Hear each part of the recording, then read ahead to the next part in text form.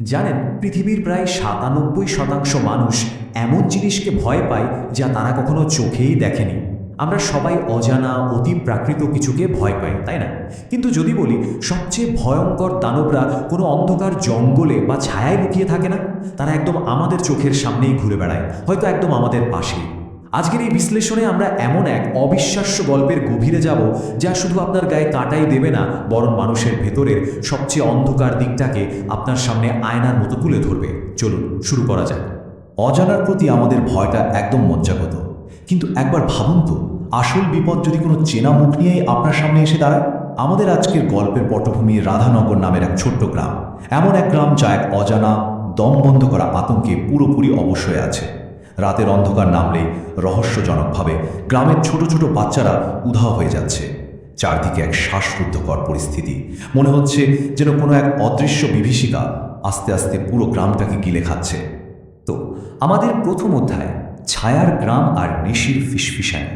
নিশি নামটা শুনলেই গ্রাম বাংলার মানুষের মনে এক অজানা শিহরণ জেগে ওঠে, তাই না? নিশি কোনো সাধারণ ভৌতিক সত্তা নয়।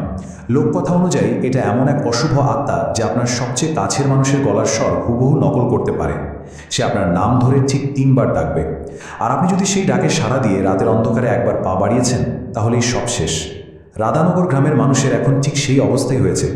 মাধব বা রবির মতো সাধারণ মানুষ ভয়ে সূর্যাস্তের আগেই ঘরের দরজা জানালা শক্ত করে বন্ধ করে রাখছে। তারা বদ্ধপরিকর যে ভয়ঙ্কর নিশি তাদের পরিবারগুলোকে ছিঁড়ে ফুঁড়ে খাচ্ছে।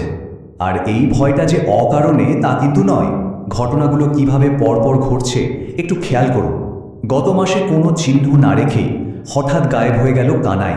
আর গতকাল নিখোঁজ হলো খোদ মাধবের ভাইপো, ছোট ছেলে শিবু।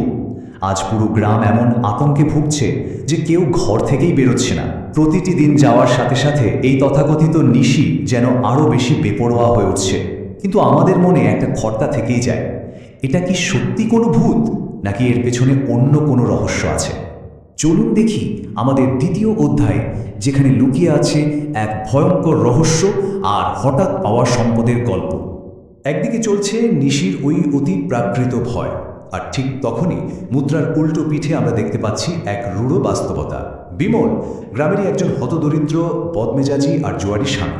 তার স্ত্রী কুসুম হাড় ভাঙা খাটুনি খেটে কোনো মতে সংসার টানে। তাদের ৫ বছরের এক পালিত ছেলেও আছে, পল্টু। এত অভাবের সংসারে হঠাৎ করেই বিমলের হাতে একদিন চলে এলো কারি কারি টাকা। কিন্তু টাকার সাথে সাথে তার শরীর থেকে আসতে শুরু করলো পচা ওষুধের উৎকট গন্ধ, আর তার শার্টে, হ্যাঁ, রক্তের দাগ।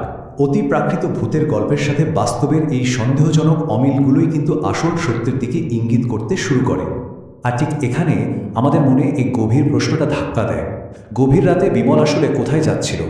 সে তার বউকে বলছে শহরের এক মহাজনের গোদামে নাকি সে কাজ পেয়েছে। কিন্তু তার এই যুক্তিকে আদৌ বিশ্বাসযোগ্য মনে হচ্ছে আপনার? আমার তো মনে হয় না, কুসুমেরও মনে হয়নি। আর এই সন্দেহই কুসুমকে বাধ্য করে এক অভাবনীয় দুঃসাহসিক সিদ্ধান্ত নিতে। সত্য সে বের করবেই। প্রমাণগুলো একবার মিলিয়ে দেখুন, রীতিমতো শিউরে উঠতে হয়।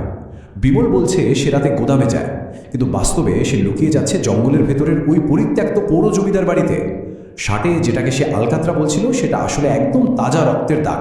আর ওই মহাজনের অগ্রিম টাকা, ওটা কোনো কাজের পারিশ্রমিক নয়, ওটা হলো শিশুদের অঙ্গ পাচারের রক্ত মাখা টাকা। বুঝতে পারছেন তো, চোখের সামনে একটা সাধারণ ভূতের গল্প কিভাবে একটা ভয়ঙ্কর সাইকোলজিক্যাল থ্রিলারের রূপ নিচ্ছে। তৃতীয় অধ্যায়ে একজন মায়ের আবিষ্কার। চলুন জমিদার বাড়ির ভেতরে ঢোকা যাক।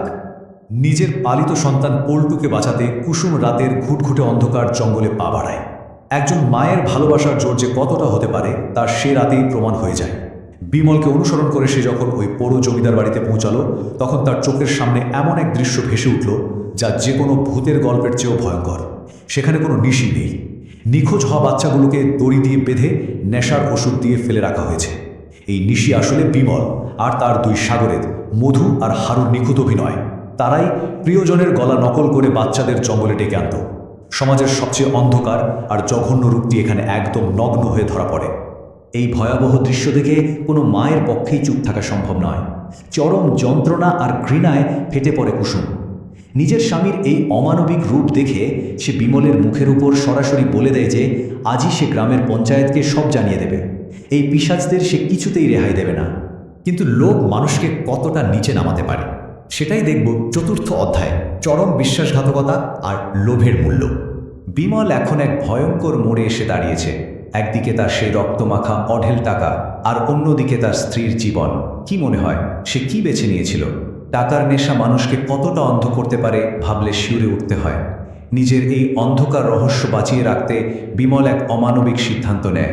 অত্যন্ত নির্মমভাবে সে নিজের স্ত্রী কুসুমের গলা টিপে তাকে হত্যা করে, আর মৃতদেহ গুম করে দেয় জঙ্গলের এক পচা পুকুরের কাদায়।